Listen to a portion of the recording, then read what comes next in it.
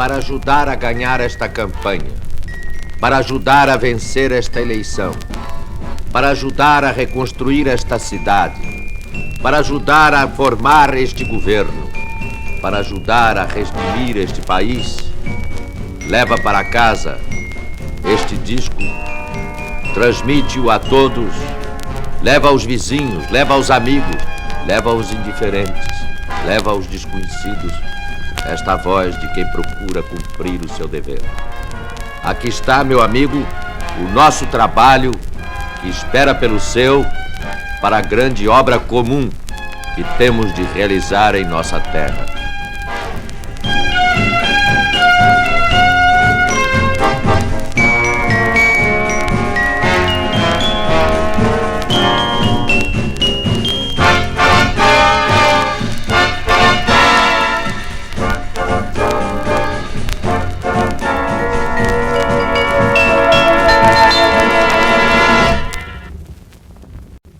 Na convenção da UDN, que o escolheu candidato a primeiro governador da Guanabara, Carlos Lacerda pronunciou um discurso que começou assim: Eis-nos no partido que fundamos, entre o povo ao qual pertencemos e que vai usar o direito pelo qual lutamos na escola, na prisão, nas ruas, no rádio e nas assembleias.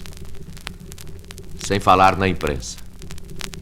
Esse direito nós o conquistamos, posso dizê-lo com simplicidade, pelo sacrifício próprio e alheio.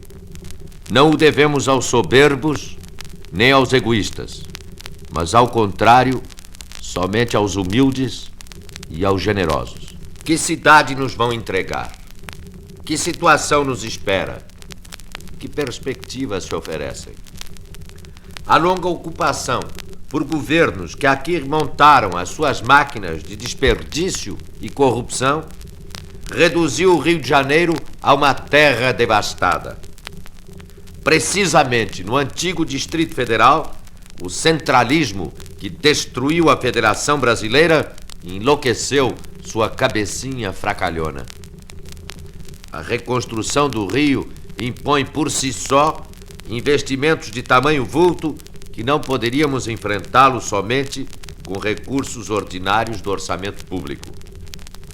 É praticamente impossível traçar uma política econômica construtiva em período de desordem financeira. O bem-estar social resulta de uma política que tem por base a normalidade da moeda, que o Brasil hoje desconhece completamente e ao qual já se desabituou. Falsos homens públicos e falsos economistas sustentam até que a inflação é condição do desenvolvimento. O resultado é a desordem das zonas em desenvolvimento, como o próprio Rio de Janeiro, o desperdício e a paralisia das zonas realmente subdesenvolvidas do país. O desenvolvimento que a inflação está aparentando no Brasil é feito à custa dos que vivem de salários, de pensões e de rendas, e em benefício exclusivo dos que detêm os bens reais da vida. Concentra-se esse desenvolvimento num pequeno grupo de privilegiados, ligados ao poder, nos segredos do governo, de suas empreitadas e encomendas, de suas indústrias subvencionadas, dos seus monopólios e oligopólios, entre os quais se inclui o dos meios de comunicação com a opinião pública através da corrupção e das concessões de canais de rádio e de televisão. As médias estatísticas de renda nacional já nada significam por si sós, quanto ao nível de vida de cada qual, porque exprimem a média entre dois extremos intoleráveis, a extrema opulência e a miséria extrema, que são as duas únicas coisas existentes no Brasil. A média é, pois, exatamente o que menos existe. Constantemente aplaudido por uma assistência que superlotava a Câmara Local, Carlos Lacerda assim concluiu o seu discurso na convenção da UDN. As nossas providências darão resultado porque governaremos num clima de confiança pública e de crédito na opinião popular. Esse crédito será mantido porque todos receberão o tratamento a que têm direito. A oportunidade será igual para todos. vencendo os que tenham maior capacidade. No governo que vamos chefiar, ninguém sequer terá coragem de entrar em nosso escritório para propor um negócio escuso. Tem medo de mim? Pois vou capitalizar esse medo em benefício de quem não tem medo nenhum de mim, porque a esse, que é o povo, nunca fiz mal algum. Minha arma secreta é um bom governo, porque um bom governo melhora a vida. E para acelerar a expedição das leis de interesse público e restaurar a normalidade do processo legislativo, meu aliado será a confiança do povo, para o qual não terei segredos e ao qual recorrerei sempre que me sinta ameaçado pela inércia, pela corrupção ou pelo personalismo que só assediam os governos tímidos ou os governos corrompidos. Vamos fazer um governo pobre, a imagem da pobreza que nos elege. Vamos fazer um governo honrado, a semelhança dos votantes honrados que nos elegerem. Sim, lutaremos contra a inércia, mas não para substituí-la, a inércia do particular, pelo desperdício do poder público, e sim para substituí-la, a inércia, pelo afã de progredir, pelo desejo legítimo de um lucro razoável. Sim, lutaremos contra a miséria. Por isto, lutaremos contra a inflação no plano federal, para que ela não fique a roer o salário e as rendas, a aumentar brutalmente os juros do crédito bancário, a dificultar o crescimento harmonioso da cidade e a sua transformação em comunidade civilizada. A inflação que devora o Brasil pode até ser popular às vezes, pela mesma razão que fascina muita gente ao contemplar as chamas de uma fogueira.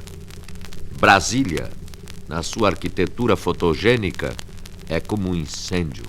É o belo horrível, é um monstro nascido da aliança da leviandade com a inflação. Para construí-la, foi preciso destruir mais o Brasil do que um terremoto. Para mudar a capital, destruíram o capital do Brasil.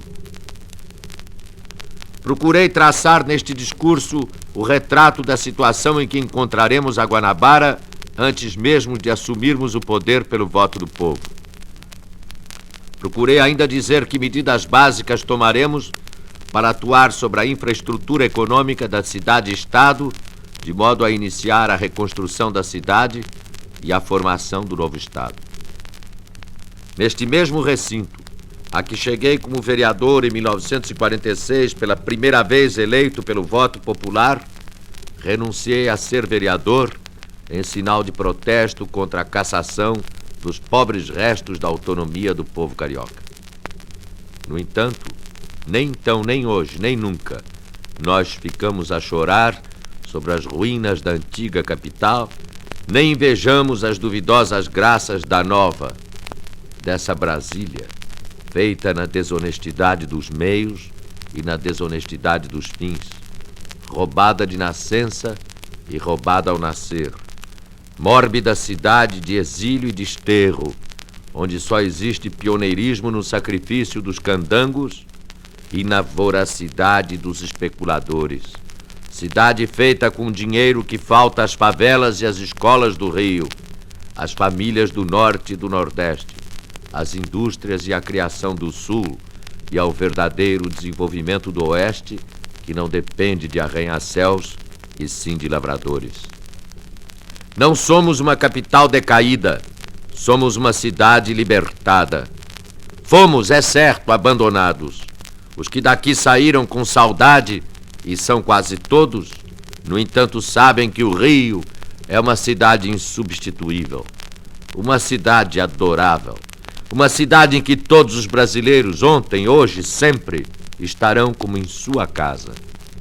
Sabem esses brasileiros que somos uma região sem regionalismo.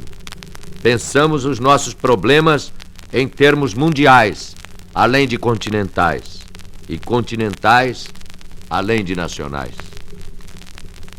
Somos um povo sem rancores, cuja alegria nada consegue destruir, cuja esperança nunca esmorece, cuja bravura ninguém domou, cuja honra ninguém escarneceu, cuja fibra ninguém destroçou, cujo entusiasmo ninguém abateu. Somos o povo que rechaçou o invasor e a coligação dos nativos com ele. Somos o povo que fez as lutas da independência, completando os esforços dos mineiros, antecipando-se aos dos baianos, consolidando dos paulistas do Ipiranga. Somos o povo que fez as lutas da maioridade e da regência, apoiando e dando ressonância às dos nossos irmãos do Pará, do Maranhão, de Pernambuco, do Rio Grande do Sul. Somos o povo dos movimentos liberais, que resgatou o sacrifício dos heróis de 42, de São Paulo e das Minas Gerais. Somos o povo que fez a abolição, dando uma tribuna ao fluminense Silva Jardim, um pedaço de tempestade ao verbo de José do Patrocínio, uma promessa de eternidade à chama que crepitou no peito do moço pernambucano Joaquim Nabuco. Somos o povo que seguiu Rui Barbosa em triunfo e que se antecipou aos movimentos de tomada de consciência do Brasil pela Federação. Somos o povo que doou um palácio à princesa Isabel e viu um palácio fazer-se escola pela mão de seu pai, o imperador. Somos o povo que fez a República desde que a propuseram os paulistas, desde que os pioneiros a propuseram no Manifesto de Itu. Somos o povo que sustentou e compreendeu todas as lutas da formação da Primeira e da deformação da Segunda República. Somos o povo que destruiu a ditadura desde que os mineiros assim o propuseram no seu Manifesto de 44. Somos o povo que retomou a liberdade para a imprensa e acaba de reconquistá-la no rádio e na televisão. Nossos heróis locais são nacionais. Nosso pensamento, profundamente brasileiro, é internacional, porque somos um povo ecumênico, povo litorâneo, voltado para o nosso tempo, abraçado com o futuro. Somos o povo dos 18 do Forte de Copacabana, do brigadeiro Eduardo Gomes. Somos o povo que elegeu Maurício de Lacerda no fundo da prisão e consagrou Pedro Ernesto, que lhe deu escolas e hospitais. Somos um povo carnavalesco, mas um povo sofrido, um povo de samba e de anedota, mas um povo de reflexão rápida e reações profundas. Somos um povo com senso de humor e com repentes de ira sagrada. Somos um povo impetuoso e generoso, capaz de disciplina e de indocilidade. Povo que não gosta de se curvar, mas que se volta para ver a beleza que nasce aos nossos olhos todas as manhãs, como aqueles guerreiros que, lembra a Ilíada, baixavam suas lanças para ver passar sobre as fortificações de Troia sitiada a beleza de Helena. Aqui, até os mais pobres moram de rosto voltado para a maravilha da sua natureza, que a incúria dos governos ainda não conseguiu desfigurar. As próprias favelas têm por fundo a Serra dos Órgãos, por morada os contrafortes do maciço da Tijuca, por horizonte o mar, de cujas remotas profundezas chegou o fundador que as nossas praias trouxe para legar-nos o seu mundo. Muitas desgraças nos desfiguraram, muitas cicatrizes marcam a cidade, abertas, escandalosas, de sinais de tragédia e sombras de martírio. Não é por acaso que o padroeiro da cidade é um mártir crivado de flechas. Pensaram que com nos abandonar interiorizavam a civilização, mas foi aqui que a deixaram, porque aqui ela ficou. Porque somos a síntese do Brasil, porque somos a porta do Brasil para o mundo e somos do mundo a vera imagem que ele faz de nós. Na conquista do poder pela oposição, o governo da Guanabara é decisivo. Vamos ganhá-la, portanto, porque este é o nosso dever, e não deixaremos de cumpri-lo, já que esta é a vossa decisão.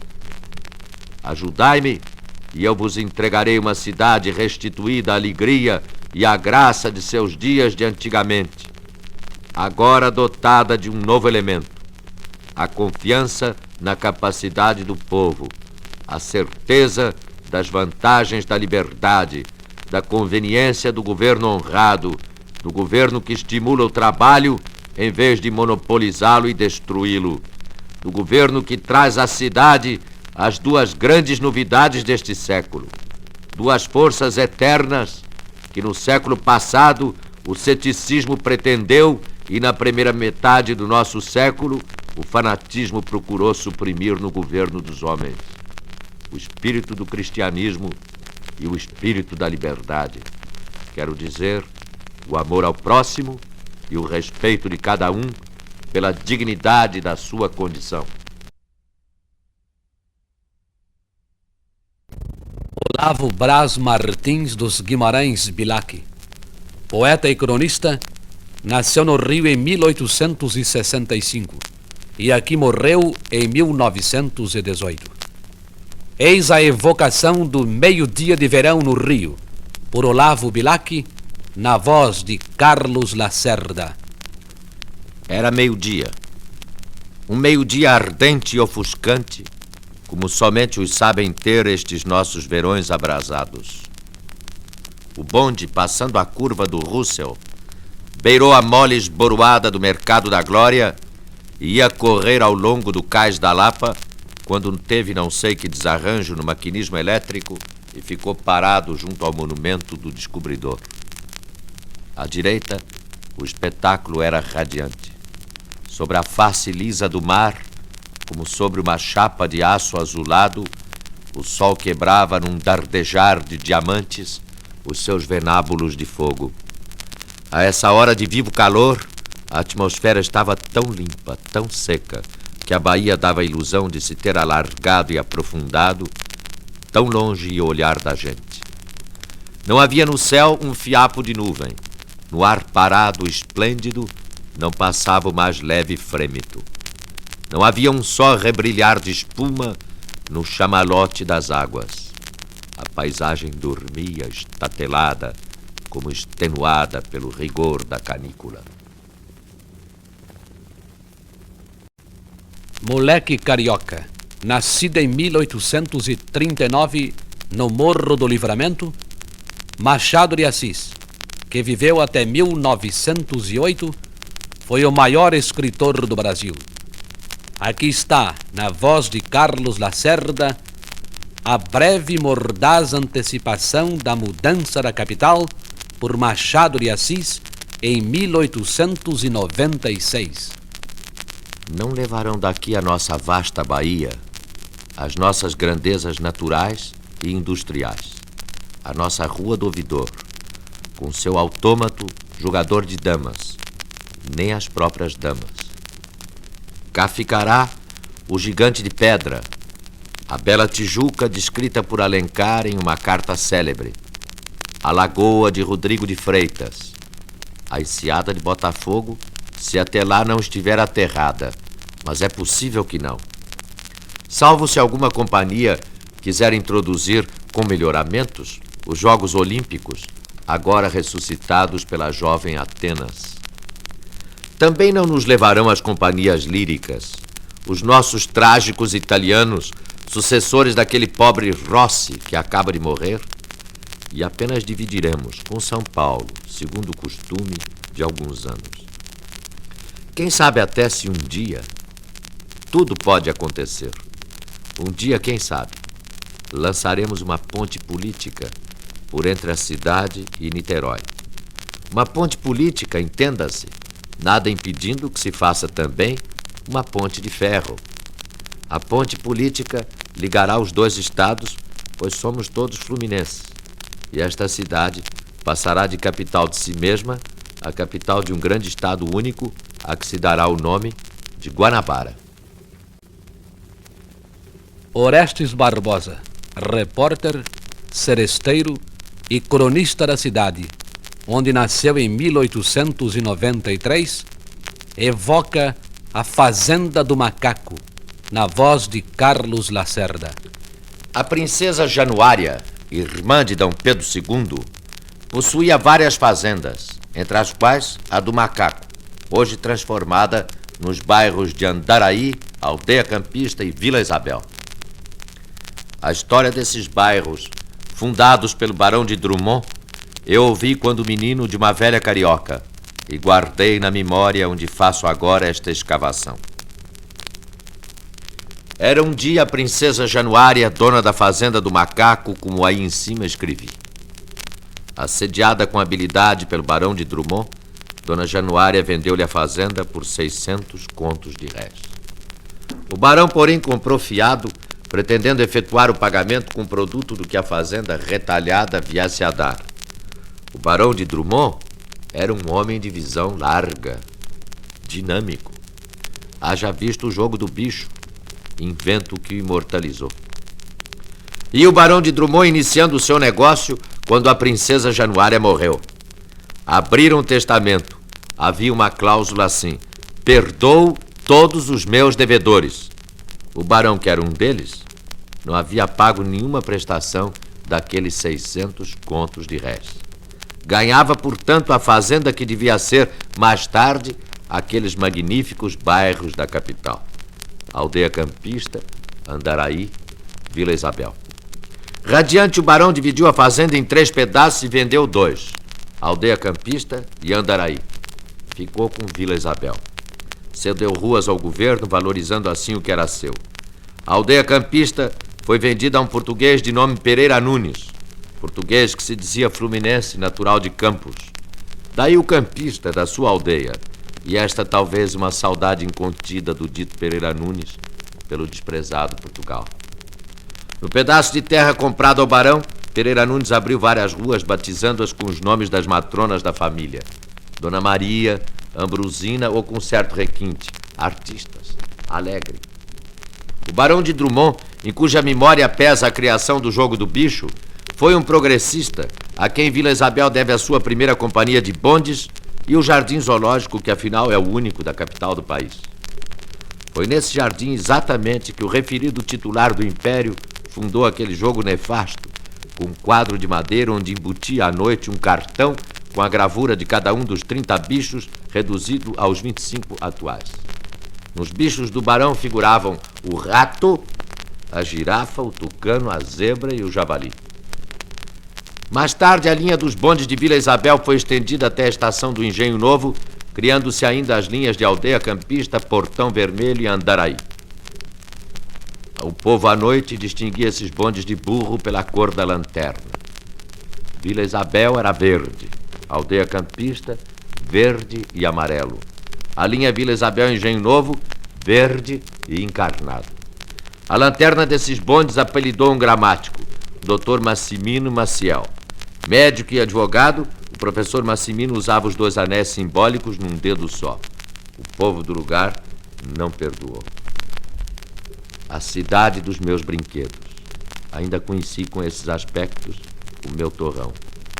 Os dias claros, cheios de papagaios-luas, pipas e arraias, os de papel de seda coloridos, embandeirados e farfalhantes, e os adoráveis gazeteiros cabriolando num céu japonês. Criança, tudo iluminado, fantástico e veloz na minha imaginação. Hoje eu ainda sou assim. A cidade para mim é uma casa de brinquedos. Dou corda nos meus bonecos de pau, e são sempre pintadas com tinta nova as folhas verdes das amendoeiras e dos oitis. Paulo Barreto, que escrevia com o pseudônimo de João do Rio no livro A Alma Encantadora das Ruas. Há nada mais enternecedor que o princípio de uma rua. É ir vê-lo nos arrabaldes. A princípio, capim, um braço a ligar 2 artérias. Percorre-o sem pensar meia dúzia de criaturas.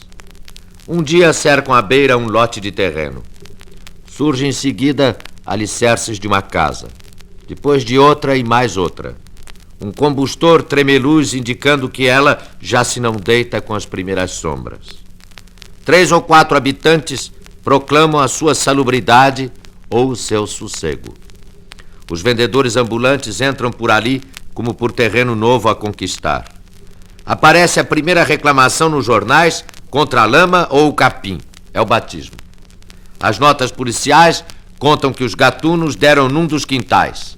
É a estreia na celebridade, que exige o calçamento ou o prolongamento da linha de bondes. É insensivelmente, há na memória da produção bem nítida, bem pessoal, uma individualidade topográfica a mais, uma individualidade que tem fisionomia e alma. Algumas dão para malandras, outras para austeras. Umas são pretensiosas, outras riam os transeuntes, e o destino as conduz como conduz o homem, misteriosamente, fazendo-as nascer sob uma boa estrela ou sob um signo mau, dando-lhes glórias e sofrimentos, matando-as ao cabo de um certo tempo. Oh, sim, as ruas têm alma. Há ruas honestas, ruas ambíguas, ruas sinistras, ruas nobres, delicadas, trágicas, depravadas, puras, infames, ruas sem história, ruas tão velhas que bastam para contar a evolução de uma cidade inteira, ruas guerreiras, revoltosas, medrosas, esplinéticas, snobs, ruas aristocráticas, ruas amorosas, ruas covardes que ficam sem pinga de sangue. A alma da rua só é inteiramente sensível a horas tardias. Há trechos em que a gente passa como se fosse empurrado, perseguido, corrido. São as ruas em que os passos reboam, repercutem, parecem crescer, clamam, ecoam, e em breve são outros tantos passos ao nosso encalço. Outras que se envolvem no mistério logo que as sombras descem, o Largo do Paço. Foi esse largo o primeiro esplendor da cidade. Por ali passaram, na pompa dos pálios e dos baldaquins de ouro e púrpura, as procissões do enterro, do triunfo do Senhor dos Passos. Por ali, ao lado da Praia do Peixe, simples vegetação de palhoças, o comércio agitava as suas primeiras elegâncias e as suas ambições mais fortes. O largo, apesar das reformas, parece guardar a tradição de dormir cedo. À noite, nada o reanima, nada o levanta. Uma grande revolução morre no seu bojo como um suspiro. A luz leva a lutar com a treva. Os próprios reverberos parecem dormitarem, e as sombras que por ali deslizam são trapos da existência almejando o fim próximo, ladrões sem pousada, imigrantes espaimados. Deixai esse largo, ide às ruelas da misericórdia, trechos da cidade que lembram o Amsterdão sombrio de Rembrandt. Há homens em esteiras dormindo na rua como se estivessem em casa. Não nos admiremos, somos reflexos. O beco da música ou o beco da fidalga reproduzem a alma das ruas de Nápoles, de Florença, das ruas de Portugal, das ruas da África e até, se acreditarmos na fantasia de Heródoto, das ruas do Antigo Egito. E por quê? Porque são ruas da proximidade do mar. Ruas viajadas com a visão de outros horizontes. Luiz Edmundo, no primeiro volume do seu livro de memórias, fala do Rio no dia em que foi proclamada a República. No dia 15 de novembro de 1889, enquanto era no Campo de Santana proclamada a República, eu despertava no Colégio Abílio por um dia vulgar, sem apreensões e sem cuidados. O inspetor Brito, que como sempre nos acordava às 6 horas, tinha batido as palmas habituais no dormitório dos menores. Banho, café, um pequeno recreio, e às 7 em ponto já nos encontrávamos silenciosos e tranquilos no grande salão de estudo. Às 8, a sineta vibrou para anunciar a curta recreação que deveria anteceder a aula de ginástica do professor Casale. A aula terminou, porém, sem que houvesse Casale aparecido. Às 9 horas, o horário normal das classes não estava ainda sendo rigorosamente observado pela ausência de vários professores. Pelo recreio das 10, o Pérez da portaria, mais em contato com a rua, veio nos informar que uma revolução havia arrebentado na cidade. Um combate, dizia-se, estava sendo travado entre forças do exército nas alturas do Campo de Santana. Já havia mortos e feridos. E agora, a asa vertiginosa de outros loucos boatos a rodopiar sobre as nossas cabeças agitadas, contando novas inverossímeis. Haviam assassinado o Barão de Ladário. Ouro Preto, ferido, agonizava no pátio do quartel-general. Os navios da armada, já de fogos acesos, iam bombardear os revoltosos. Havia peças de artilharia prontas a atuar por todas as esquinas da cidade. Essas versões absurdas que nos eram trazidas pouco a pouco pelas raras pessoas que chegavam da rua, contraditórias, vagas e confusas, mantinham acesa a chama da curiosidade que crescia à medida que as horas avançavam. Súbito chega o barão em companhia de seu filho Joaquim. Vinham do centro da cidade com as mais tranquilizadoras das notícias. Caíra, na verdade, o ministério, mas disso não passava o movimento deflagrado. Falsas as notícias do assassinato do Barão de Ladário, de combate, de mortos e feridos. A tropa, com Deodoro à frente, pela força das armas, impusera a admissão do chefe do gabinete imperial. O imperador, entretanto, que se achava em Petrópolis, fora avisado da ocorrência e já a caminho do Rio se encontrava a fim de organizar um novo ministério. Tudo em paz, tudo calmo, que prosseguissem as aulas. E as aulas, embora desfalcadas pela ausência da maioria dos seus professores, mal ou bem, continuaram. Os boatos, contudo, persistiam. Quem chegava da rua nos trazia sempre novas estapafúrdias e não raro alarmantes. As coisas não se desenrolavam assim como o barão de Boa-Fé nos havia informado. A marinha dispunha-se a combater o exército e a repor Ouro Preto, dizia-se. As casas comerciais do centro da cidade estavam todas fechadas. Os batalhões cruzavam, fazendo evoluções pelas praças e ruas. Antes do meio-dia apareceu meu pai, que achou melhor levar-me para casa, onde encontrei minha mãe de veras apreensiva e varada pelas setas dos mais tolos e mais insólitos boatos. O senhor Manuel da Venda tinha já avisado aos seus fregueses que se abastecessem de gêneros, uma vez que os mesmos poderiam dentro em breve faltar.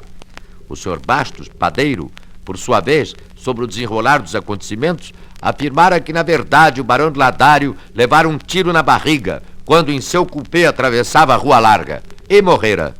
A contrabalançar, porém, tão dramáticas novas, Dona Esmeralda, vizinha nossa, tinha gritado à minha mãe da janela do seu chalé pintado de amarelo: Dona Joaninha, tudo está calmo na cidade. Tudo.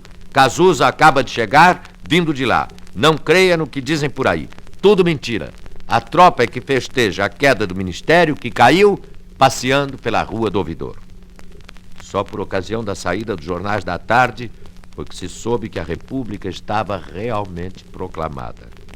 O jornal O Dia, numa local intitulada Consumatum Est, em grandes letras, assim dizia: a hora em que escrevemos estas linhas, celebram-se os funerais da monarquia brasileira. E, num resumo, anunciava a implantação da República em nosso país. Meu pai, que sempre fora republicano, alegrado, não cabia na pele de contente, enquanto minha mãe, comovida, chorava. Coitado do imperador, tão bom homem. E a infalível Dona Engrácia, muito convencida e animada: fogo de palha, Dona Joaninha, fogo de palha. Tudo dentro de pouco tempo passará. A senhora então acredita em jornais?